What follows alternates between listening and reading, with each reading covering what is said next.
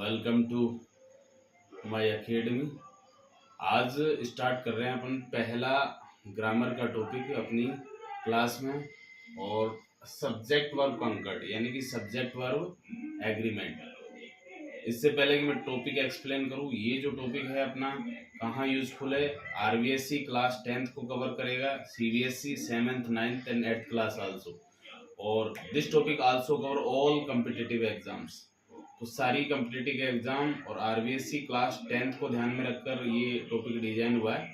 तो स्टार्ट करते हैं सब्जेक्ट वर्ब एग्रीमेंट। स्टार्ट करने से पहले ये पार्ट फर्स्ट है, इसका अब रोज अपनी क्लास हुआ करेगी, उसमें पार्ट सेकंड और आने वाले समय में कुछ पार्ट्स में ही ये पूरा टॉपिक अपना कंप्लीट हो जाएगा। तो स्टार्ट करते हैं सब्जेक्ट वर्ब एग्रीमेंट।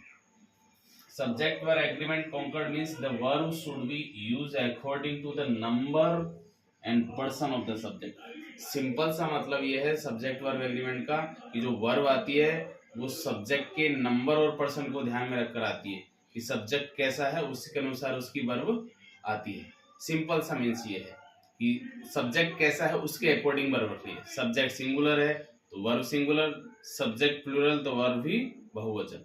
क्लियर? तो फर्स्ट रूल अपन देखते हैं, if the subject is singular the verb should B singular. Simple सा यह है कि अगर सेंटेंस का सब्जेक्ट सिंगुलर है तो उसकी वर्ब भी क्या रहेगी, सिंगुलर रहेगी। ठीक, अगर सब्जेक्ट प्लूरल है तो वर्ब भी क्या रहेगी, प्लूरल रहेगी। अगर सब्जेक्ट बहुवचन है तो वर्ब भी बहुवचन रहेगी, सब्जेक्ट सिंगुलर है तो वर्ब भी सिंगुलर रहेगी। एग्जांपल के थ्रू देखिए आप, जैसे ही ए गुड बॉय। अब आपको इसमें हेल्पिंग वर्ब बननी है ना, वर्ब बननी है। तो ही क्या है, अपना सब्जेक्ट है, कौन सा, सिंगुलर। जब सब्जेक्ट सिंगुलर है तो वर्ब भी सिंगुलर आती है। कौन सी वर्ब है, सिंगुलर, इज। और वैसे भी जिस वर्ब के अंत में, जैसे तरीके में आपको सीधा सा बताऊं, जिस भी वर्ब के अंत में एस लगा होता है, इज, वाज, है, सबके सब सिंगुलर होती है। तो यहाँ आ गया इज। क्लियर? क्योंकि इसका सब्जेक्ट सिंगुलर है तो वर्ब भी क्या आएगी, singular, according to rule. Simple सा रूल है। दूसरा, सब्जेक्ट अगर बहुवचन है तो वर्ब भी कैसी यूज करनी है अपन को, बहुवचन यूज करनी है। बहुवचन वर्ब क्या है इसमें, आर। तो ये हो गया दे आर। ठीक है, first rule clear. Second, now when two or more subject are joined by and. जब दो सब्जेक्ट एंड से जुड़े हो। क्लियर? जब दो सब्जेक्ट एंड से जुड़े हो तो वर्ब कैसी आती है, बहुवचन वर्ब यूज करनी है। ठीक है, जैसे राम और श्याम, दो सब्जेक्ट, एक तरफ राम एक तरफ श्याम, किससे ज्वाइन हो रखा है, एंड से। तो दो सब्जेक्ट एंड से जुड़े होते हैं तो उसमें वर्ब कौन सी आती है, बहुवचन। तो इज, एम, आर में से बहुवचन कौन सा है, ये तो सिंगुलर वर्ब है, आर प्लूरल फॉर्म है, तो ये आ गया अपना आर। ये सब्जेक्ट वर्ब एग्रीमेंट का अपना दूसरा नियम है।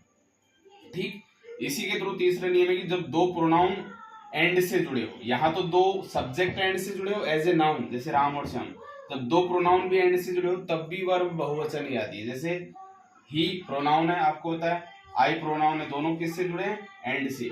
तो इसमें जो वर्ब आने वाली है वो भी कैसी आएगी, बहुवचन। तो बहुवचन वर्ब क्या है, आर। तो ये अपने 3 रूल्स थे जो सब्जेक्ट वर्ब एग्रीमेंट के आज की क्लास में अपन ने डिस्कस किए। आने वाली कल की क्लास में आगे के रूल्स डिस्कस करेंगे। आई होप आपको टॉपिक अच्छे से क्लियर रहेगा।